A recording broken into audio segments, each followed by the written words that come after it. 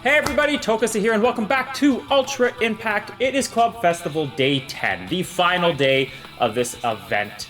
Overall thoughts, it was pretty fun, honestly. It was a lot more challenging, but I was also a lot more dedicated this time because I was really trying to score properly. I think the first time around, I was just throwing in my runs here and there, not really caring how I scored. But yeah, this time I had the goal of top 30, and at the time of this recording, which is about 3 hours from reset time, we are currently in. I'm not gonna go down there and like look anymore after I've done this recording. I'm just gonna let it happen, and hopefully we end up in the top 30. But at the moment, that is where we are, which of course is the best rewards for individuals. So this is really cool. Yeah, almost 2.2 million overall. As you can see, the top ones here, like Sunny and Viper and Zero, all from the Kaz clan, which is crazy. Oh yeah, something I wanted to shout out here too. It was kind of a cute little thing that they've been doing this entire time, but Kaz and Ultra L are, I'm assuming, rivals, right? They are the two top honchos, as you want to call it, the highest scores, and every single day they change their profiles that, like, they're like conflicting with one another, like rivals. Like you have Ochako and Toga, before they had All Might and All For One, Deku and Bakugo, like they keep swapping like that each and every day. It was pretty cool. And then for the final day, they actually went like all out. That's pretty cool. Team Ochako, the entire team, everybody here changed their profile pics to all of Ochako. Except for Stack Scott, he didn't catch the memo, but that's okay. sorry Stack Scott, I didn't mean to call you out like that. But Ultra L, the exact same way. We have all the Togas in the world here. So, it was pretty cool, because I didn't notice until I was scrolling through, like, the leaderboard. I just noticed there was, like, 40 million Ochakos, and if you go down a little bit more, you have all the Togas starting to show up. So, you know, for fun, I figured I would throw in my own little Ochako here. You know, gotta join the #1 club. Once again, throwing shots at Ultra L, I apologize. But, yeah, still, besides that, these two are just behemoths. As you can see, they both got over 5 million. And the next closest is literally more than 1 million points away from these two, so pretty crazy. It was just fun to watch, and yeah, as you can see, they obviously are very dominant in this event, so shout out to them.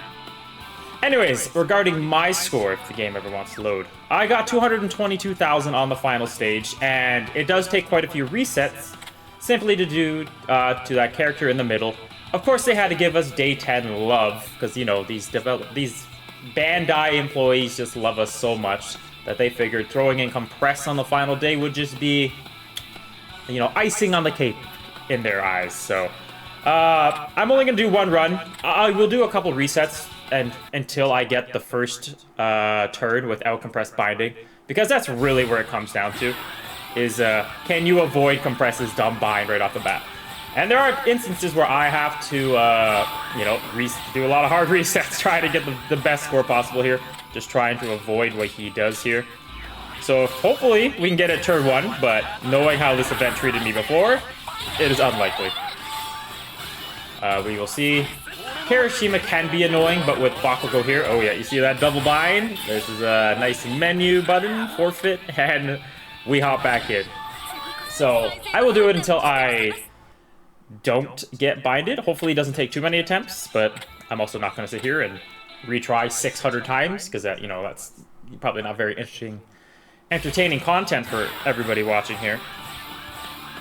But yeah, let me crank that down one. Hopefully this has been a decent Club Festival experience for everybody out there.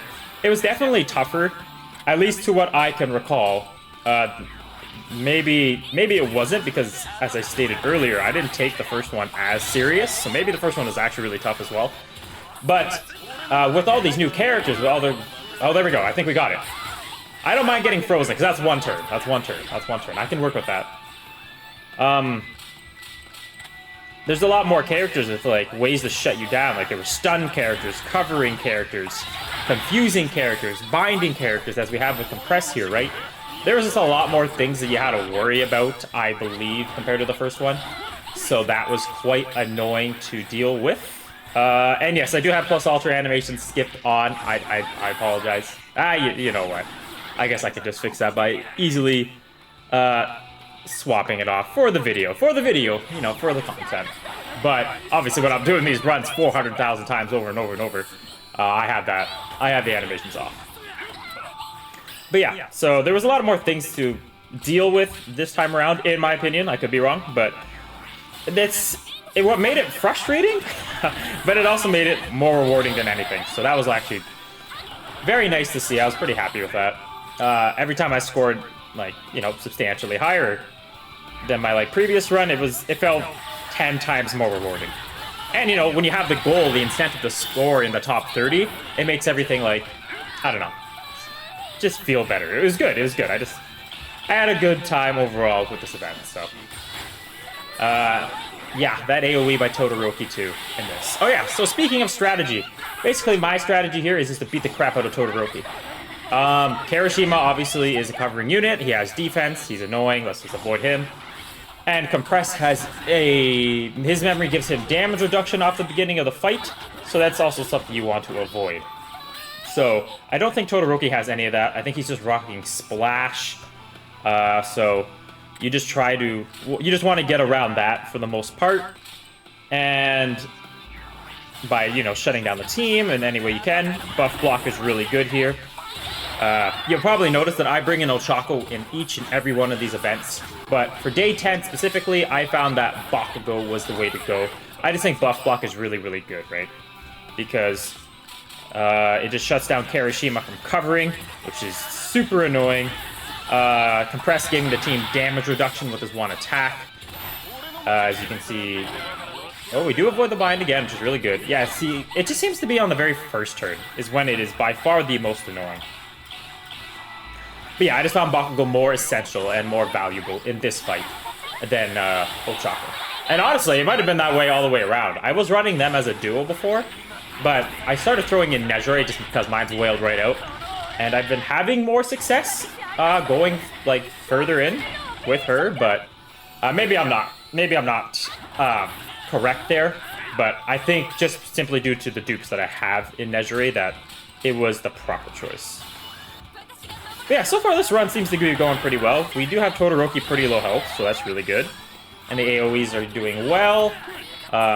You don't really ever get to hurt Compress, which does make sense. And Kirishima, of course, just takes negligible damage. But yeah, this is essentially the strategy that I had going forward with it.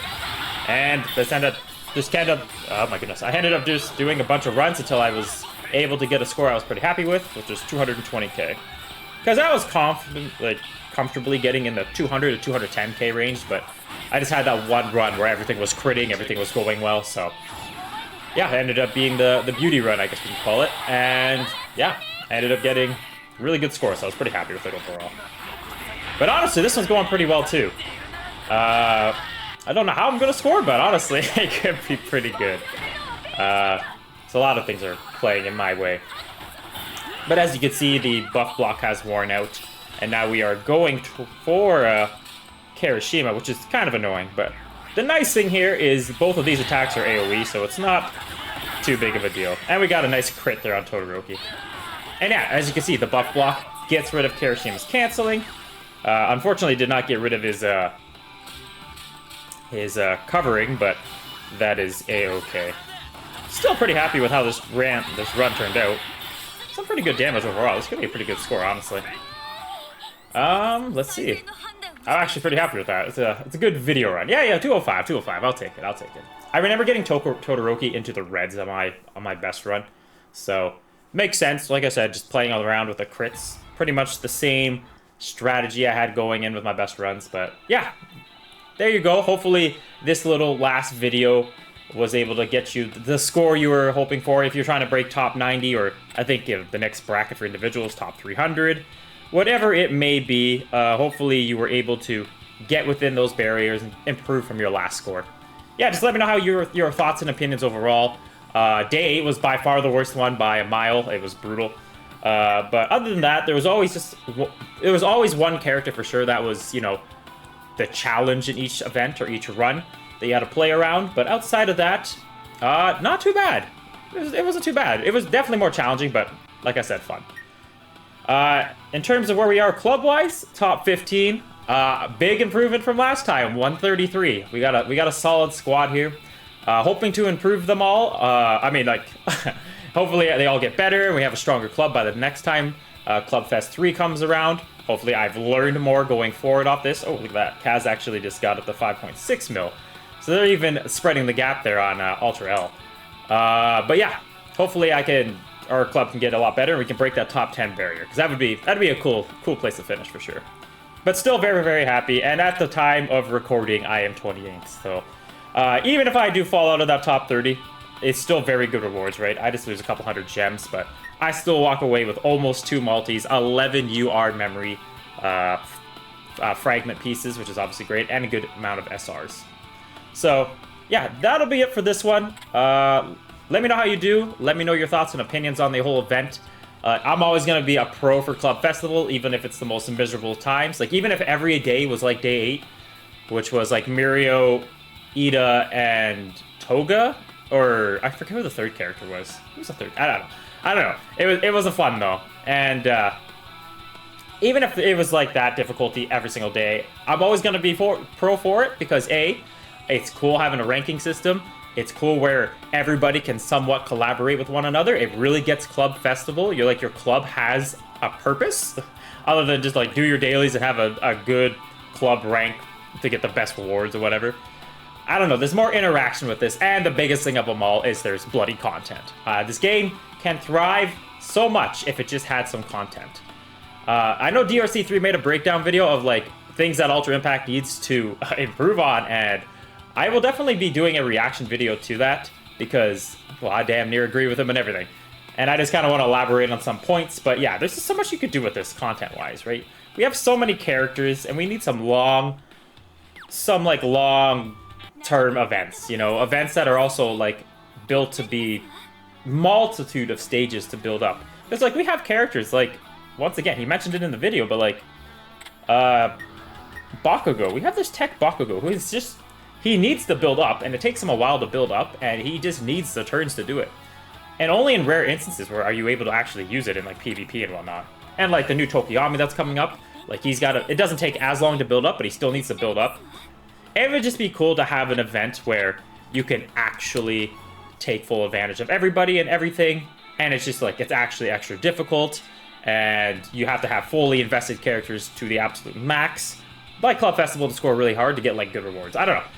That's totally off topic. I'll leave that to another video.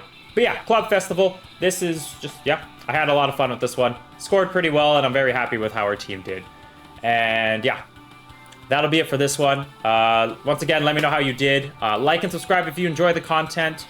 And yeah, we'll be back to normal showcases and whatnot. I've stated in my previous video that my brother did pull the new Toga.